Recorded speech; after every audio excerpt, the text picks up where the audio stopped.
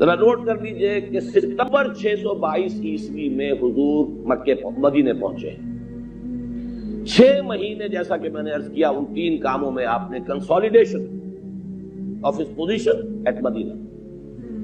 مارچ سے آپ نے مہم میں بھیجنی شروع کر دی، ہر مہینے ایک مہم، مارچ میں، اپریل میں، مئی میں، جون اور جولائی میں اس لیے نہیں کہ وہ ذی الحجہ اور محرم کے مہینے تھے، اس کے بعد پھر آپ نے جو ہے ریزیوم کیا۔ تقریباً ہر مہینے میں ایک مہم جاری ہے۔ ان مہموں کا فائدہ کیا تھا اس کو سمجھیے اب جدید اصطلاحات کے اندر۔ ایک طرف تو آپ نے اس کاروان روٹ کو مخدوش بنا دیا، گویا کہ قریش کی لائف لائن جسے آپ کہتے ہیں، ان کی معاش کا دار و مدار وہ اس تجارت پر، لإلاف قریش إیلافہم رحلۃ الشتاء والصیف۔ ان کا ایک سفر ہوتا تھا گرمیوں میں شام کی طرف، ایک سفر ہوتا تھا سردیوں میں وہ یمن کی طرف۔ دونوں جو کیروان روٹس ہیں ان میں سے ایک بدر کے قریب سے ہو کر جا رہا ہے جو مدینہ منورہ سے صرف 80 میل ہے، دوسرا جو ہے بہت دور ہے مدینے سے، چونکہ وہ تو مکے سے طائف ہو کر پھر یمن جاتا تھا، لیکن ایک مہم آپ نے وہاں بھی بھیجی ہے، اس کا ذکر میں بعد میں کروں گا، اتنی دور، لیکن یہ کہ زیادہ تر آپ کی مہمیں جو ہے وہ اس راستے کی طرف، اور ایک تو خاص طور پر آپ نے اس قافلے کا پیچھا کیا، تعاقب کیا، جو ابو سفیان لے کر جا رہے تھے، میں کہوں گا اس لیے کہ اگرچہ اس وقت تک ایمان نہیں لائے، بعد میں ایمان لے آئے، صحابی ہیں تو ادب ہی کے ساتھ نام لینا ہوگا۔ ابو سفیان وہ سارا جو دولت تھی مسلمانوں کی، مہاجرین کا گھریلو سامان اور یہ سب کیا گیا تھا، اس سب کی جو قیمت ملی تھی اس سے وہ کاروان تیار کیا گیا تھا، اور وہ بہت بڑا تجارتی قافلہ لے کر ابو سفیان جا رہے تھے۔ حضور نے اس کا تعاقب کیا، اس وقت وہ بچے نکل گئے، لیکن انہیں اندازہ تھا کہ میرا تعاقب ہوگا پھر مدبیر ہو جائے گی، واپس جب آؤں گا تو محمد صلی اللہ علیہ وسلم ان کے ساتھی جو ہیں ایمبوش کریں گے۔ بہرحال اس کا نتیجہ کیا نکلا؟ نمبر 1،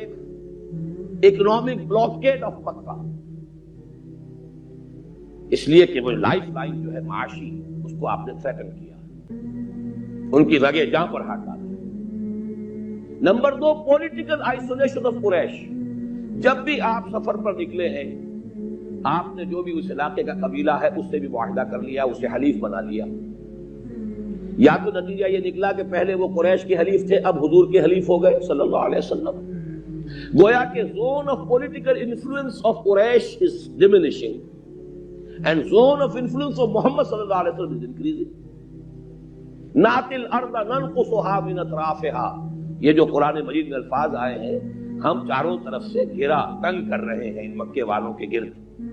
جیسے کہ اسلام پہلے پھیل رہا تھا دوسرے قبائل کے اندر بھی، اس سے بھی وہ گھیرا تنگ ہو رہا تھا، اور اب تو وہ گھیرا جو ہے فزیکلی تنگ ہو رہا ہے، اس لیے کہ وہ قبیلے جو درمیان میں آباد ہیں وہ یا تو پہلے ان کے حلیف سے حضور کے ہو گئے، یا یہ کہ ادھر بھی انہوں نے معاہدہ کر لیا ادھر بھی کر لیا، تو نیوٹرلائز تو ہو گئے نا۔ تو یہ 2 اصطلاحات نوٹ کیجئے، political isolation of Quraysh and economic blockade of Mecca. میں یاد دلانا چاہتا ہوں سن 67 کی جنگ جو ہوئی تھی، عرب اسرائیل جنگ، وہ کس وجہ سے ہوئی تھی؟ صدر ناصر نے ایلات کو بلاک کیا تھا، بلاکیڈ آف ایلات، بندرگاہ کو بلاک کیا ہے، اور اسرائیل نے پوری قوت کے ساتھ جو حملہ کیا، اور 6 دن کے اندر جو بھی نقصان عربوں کو اٹھانا پڑا مسلمانوں کو، یروشلم بھی ہاتھ سے نکلا، 1967 کی بات کر رہا ہوں۔ تو یہ بلاکیڈ معمولی بات نہیں ہے، اس سے بڑی پرووکیشن اور کیا ہوگی کہ آپ ان کی لائف لائن جو ہے اس کو تھریٹن کر رہے ہیں، اس پر ہاتھ ڈال رہے ہیں، ان کی پوری جو معاشی جو ان کی سارے وجود کا دار و مدار اس پر ہے اسے مخدوش بنا دیا ہے۔ تو یہ 2 اصطلاحات ذہن میں رکھیے، اور اب میں آپ کو بتاتا ہوں کہ جو آخری اس میں واقعہ ہوا ہے وہ رجب سن 2 میں ہوا ہے۔ ایک چھوٹا سا آپ نے دستہ، کل 12 حضرات، 12 صحابہ، حضرت عبداللہ ابن جحش رضی اللہ تعالی عنہ اس کے امیر، اور ذرا اندازہ کیجئے آج بھی حیرت ہوتی ہے، حضور نے ایک سیلڈ لیٹر دیا ہے حضرت عبداللہ ابن جحش کو، ابھی مت کھولنا اس کو، مدینے سے 2 دن کی مسافت پر باہر جا کر کھولنا، اس قدر سیکریسی کا عالم ہے، مدینے میں کسی کو معلوم نہیں کیا حکم دیا آپ کو، خود جس کو کہ بھیجا جا رہا ہے اسے پتا نہیں، 2 دن کی مسافت پر جب چلے جاؤ گے مدینے سے باہر، پھر جا کے اس کو کھولنا اور دیکھنا اس میں کیا لکھا ہے اور اس کے حکم کی تعمیل کرنا۔ وہ جا کر جب خط کھولا ہے تو نخلا میں جا کر قیام کرو، اور نخلا ہے مکے اور طائف کے مابین،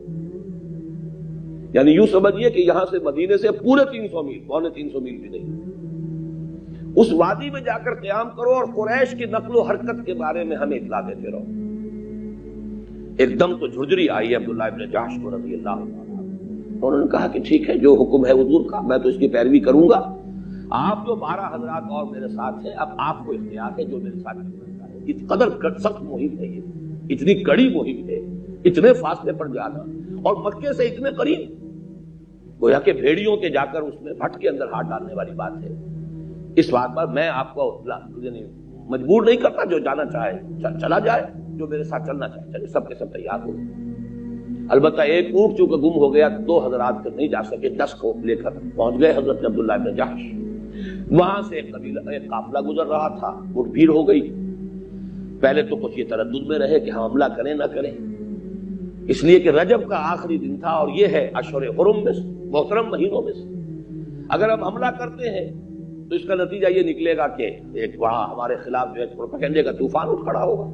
کہ محمد کے ساتھیوں نے اشہر حرم کی حرمت کو مٹا لگایا صلی اللہ علیہ وسلم۔ لیکن اگر چھوڑ دیتے ہیں تو یہ حدود حرم میں داخل ہو جائیں گے، پھر تو ان کو پروٹیکشن مستقل حاصل ہو گئی۔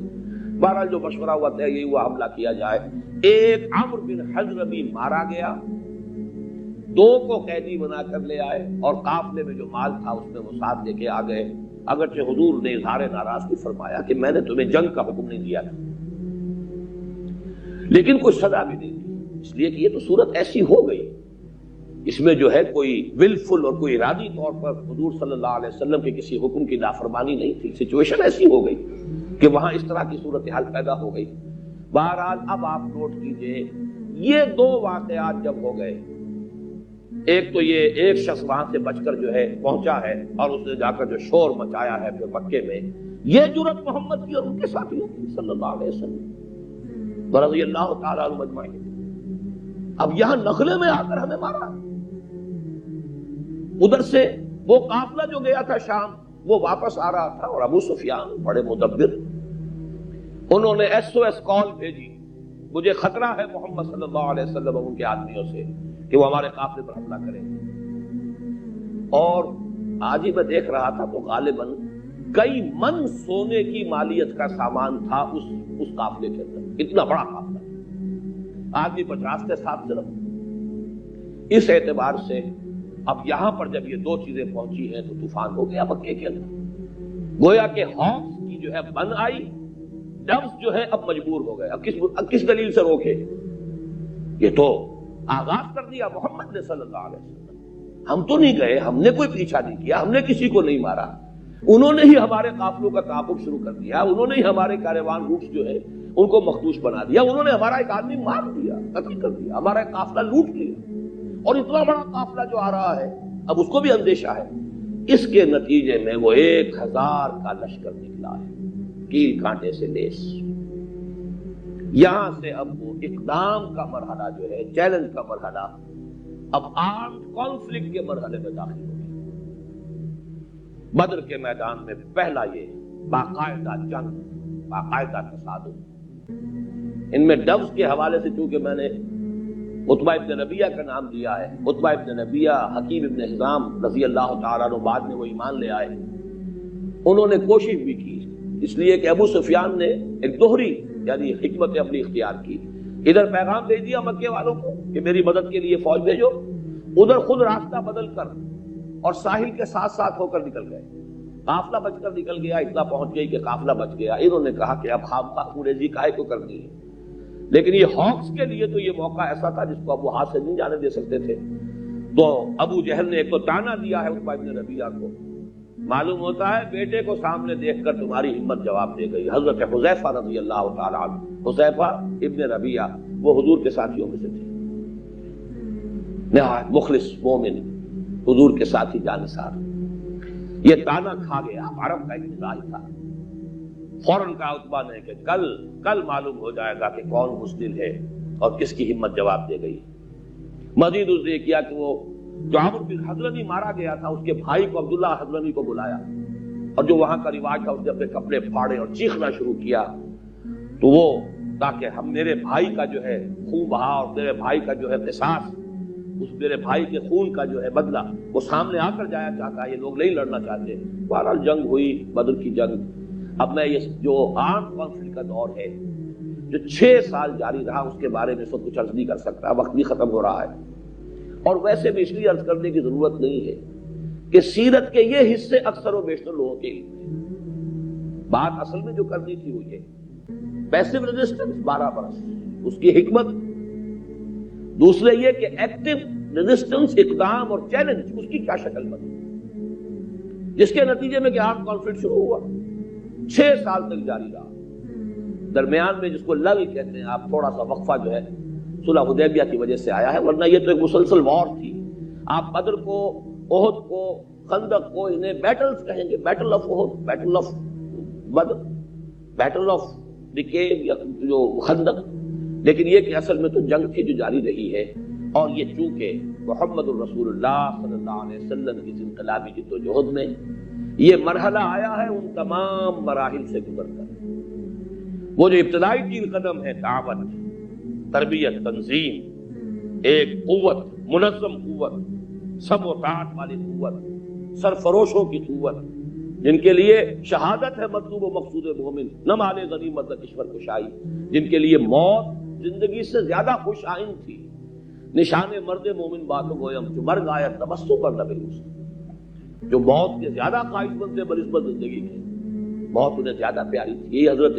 خالد بن ولید نے کبھی کہا تھا کہ میں وہ لشکر لے کر آیا ہوں جب شام کے محاذ پر کہ جتنی تمہیں زندگی عزیز ہے انہیں اسی قدر موت عزیز ہے۔ سمجھ لو کہ مقابلہ جو ہے تمہارا کن لوگوں کے ساتھ ہے۔ یہ تمام مراحل چونکہ درجہ بدرجہ اس میں سے ہو کر اور اس مقام پر پہنچے ہیں، لہذا اللہ نے فتح دی، جاء الحق وزهق الباطل۔ 6 برس کے بعد 17 رمضان المبارک کو پہلی جنگ ہوئی ہے، غزوہ بدر، سن 2 ہجری۔ 10 رمضان مبارک کو، یعنی 6 سے بھی 1 ہفتہ کم ہے، 6 سال سے، سن 8 ہجری میں مکہ فتح ہوا۔